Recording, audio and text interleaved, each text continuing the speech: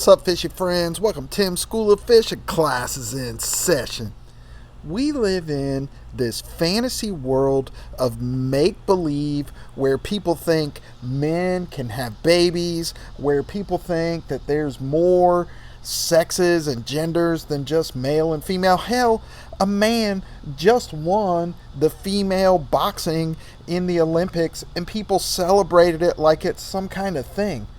This world is messed up, and I think that it's time we in the knife and EDC community get some bullshit straight, because there's a lot of fantasy and a lot of pretending in the knife and EDC community. So it's time that I just set the record straight so that we as men can get real with each other and stop all the bullshit. So I'm going to share some hard truths with you about knives and EDC gear and knife guys and EDC guys. First of all, MagnaCut is nowhere close to the best steel ever. It was just made for dumbasses that don't know how to sharpen their knives and don't want to learn how to sharpen their knives. Patina on slip joints looks like shit, and it's not cool at all. Multi-tools are for guys that don't use actual tools. Swiss Army knives are for guys that don't use actual multi-tools. Buck knives are lame. Yeah, I know. Paul Boss invented heat and saved the world from the last ice age. Hoyt Buck invented sharp objects, and if not for Hoyt Buck, then knives would just be flattened spoons. Give me a break. 1970 called, and they want their knives back. Plain, all gray, titanium knives are about as aesthetically pleasing as white socks with black sandals. Ultim is the ugliest handle material ever made. It is way worse than JG10. Sword guys are just wannabe ninja LARPers. Stag handles are hideously ugly. The best production knives in the world are currently made in China and not in the USA. Useless, overpriced EDC pocket doodads are just Pokemon cards for grown-ups. Most knife makers are actually just knife handle assemblers and don't know how to make shit. You're being fooled. Your grandpa could do more with his one pot steel slip joint than you will ever be able to do with your countless super steel knives.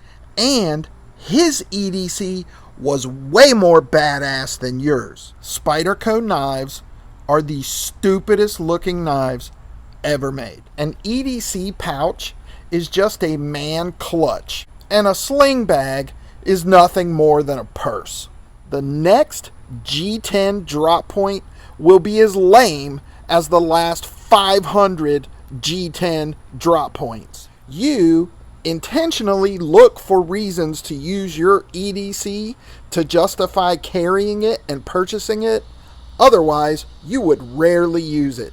The number of case knives that you own is not indicative of your level of patriotism. 99% of people could give a rat's ass about your knives and your EDC gear and your pockets and purses full of expensive trinkets, and they're doing just fine. The Stockman is the worst slip joint pattern ever made. The Chris Reeve Sabenza is massively overrated, and it has some of the worst action on any knife ever. I know, it's meant to slow roll, it's not a... The worst slip joint knives in the world are currently made in Sheffield, England. The spine whack test is the dumbest shit ever and proves absolutely nothing. Your EDC is swollen and bloated, and your first aid kit is pathetic and lacking. EDC pry bars are as pointless as EDC sledgehammers, and you have overpaid for every one that you have ever bought by at least 98%. You spend more time color coordinating your EDC than your wife does color coordinating her lipstick. You sometimes buy EDC shit just to take pictures of it and post it on Instagram. Benchmade knives suck. All of them. I didn't have a video for today, so I didn't have anything to talk about. So I thought that I would try to touch a nerve with every single person in the EDC community, and hopefully I've done that. So I'm just trolling, or am I? That's it for this episode of Tim's School of Fish, boys and girls. Hope you guys had a great weekend. Class dismissed.